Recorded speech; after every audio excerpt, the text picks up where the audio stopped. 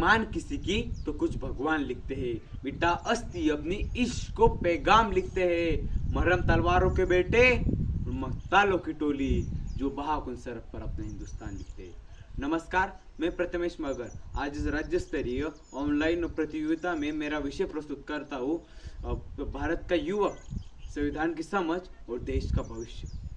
महोदय, जब भी मैं इस देश के युवक से पूछता हूँ तुम अपने देश के लिए क्या कर सकते हो, तो वो युवक कहता है कि हम अपने देश के लिए सरहद पर जाकर जान दे भी सकते और जान ले भी सकते।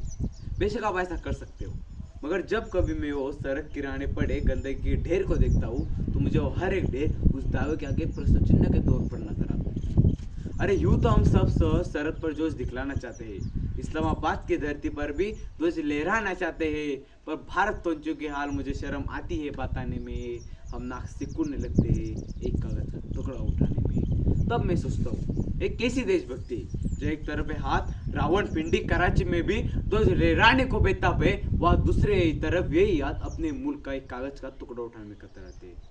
कैसी देशभक्ति है। अरे इस देश का युवक आज अपने देश के लिए कुछ करना चाहता है तो सिर्फ अपने सरहद पर जाकर जान देना। अपना युवक, भारत का युवक बस यही जानता है। मगर हाँ, जब भारत और पाकिस्तान की क्रिकेट की मैच होती है तब इनकी देशभक्ति सामने आती है। तब ये युवक कहते हैं कि भारत जीतना चाहिए क्योंकि हमारा देश है, तब इन्हें देश का ख्याल आता है। लेकिन जब अपने मुल्क के साथ गद्दारी करते हैं तब वो देशभक्ति क्या होती है। जब अपने स्वार्थ के लिए अपना ईमान तक बेच देते हैं तो वो देशभक्ति का दफन हो जाती है। महोदय, क्षमा कीजिएगा, यदि किसी दूसरे देश के झंडे जला देने या उसके मुर्दाबाद के नारे लगा देने को हम अपने संविधान की सोच समझते तो शायद हम गलत हैं। क्योंकि हमारा संविधान हमें सिखाता है कि हम कहे कि सर्वे भवन्तु सुखिनः सर्वे सन्तु निरामया, वासुदेव कुटुंबकम। और गुरुदेव नानक साहब कहते हैं कि अव अल्लाह सब नूर पाया कुदरत के सब बंदे, एक नूर दे सब दे पुख्ते कुन परे। हमारा हमें संविधान ही सिखाते कि हम कहे हिंदुस्तान जिंदाबाद, ये सारा जहां जिंदाबाद। अरे यहाँ मैं उस देश की बात कर रहा हूँ जिस देश के संविधान के बदौलत इस देश के नेता हम खुद चुनते हैं। महलों की औलादे हमारी किस्मत नहीं लिखती। हम चीन के डायनामाइट चौक के छात्रों की तरह टैंक के नीचे कुछ नहीं जाते। हम पुंगियान के लोगों की तरह फौजों के बूटों के नीचे रोंदे नहीं जाते। अरे जिस देश में हम अपनी जान के दुश्मनों के अपनी जान कहते हैं, उसे मोहब्बत की जमी को हिंदुस्तान कहते हैं, हिंदुस्तान कहते हैं। हिंदुस्तान के पावन पत्तों के कण कण में रन बहादुर का रक्त संभाली थे, जो हमें बताने के लिए काफी आजादी हमें कैसे मिली थी। ये आजादी हमें विरासत में नहीं मिली है, इसके लिए रन बहादुर ने अपने रक्त के साथ शोध किए। और कुछ लोग कहते हैं कि 4 अगस्त की मध्य रात्रि को कुछ दस्तावेजों पे दस्तक हुए और आज़ादी हमारी झोली में आ गई। माफ कीजिए साहब, मुझे कहीं ना कहीं आपत्ति होती है, ये आज़ादी हमें विरासत में नहीं मिली, इसके लिए रन बहादुर ने भारत में खून की नदियाँ बही है। लेकिन क्या हमारे देश का भविष्य अच्छा है या नहीं? आज अगर इस मन से सवाल उठेगा कि क्या हमारे देश का भविष्य अच्छा है, तो माफ कीजिए दोस्तों, जवाब ना मिलता है। जवाब ना मिलता है जब भारत के 13 टुकड़े होते हैं और इंशाल्लाह इंशाल्लाह के नारे सुनाई देते हैं। जवाब ना मिलता है जब एक निर्भया अपने इंसाफ के लिए कोने में बैठकर रो रही होती है। जवाब ना मिलता है जब देवों की भूमि कहे जाने वाले कोलकाता का अस्पताल बुढ़िया की चिक्कों से तेल उठते हैं। और कुछ लोग कहते हैं कि हम क्यों बोले, हम कौन है, इसके कौन मोले। सच को दोस्तों, हिंदुस्तान में समस्या ये नहीं कि बुरे लोग विभव बुरा काम कर रहे हैं, लेकिन हिंदुस्तान के भविष्य के लिए समस्या ये है कि अच्छे लोग शांत बैठे हुए।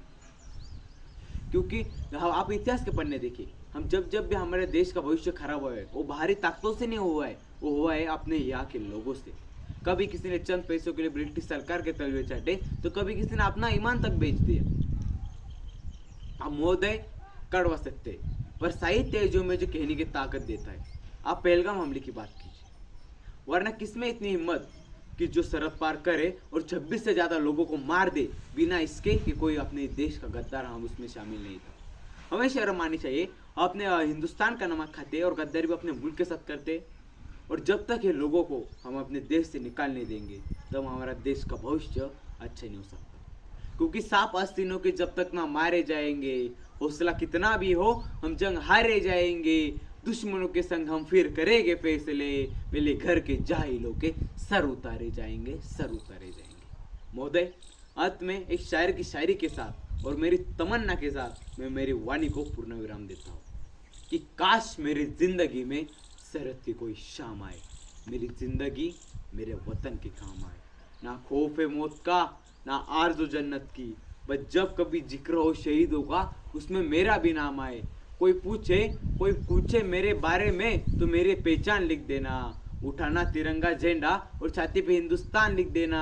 कोई पूछे कि था वो पागल कौन, तो भगत सिंह और क्रांतिकारी का चेला और इनकलाब का गुलाम लिख देना।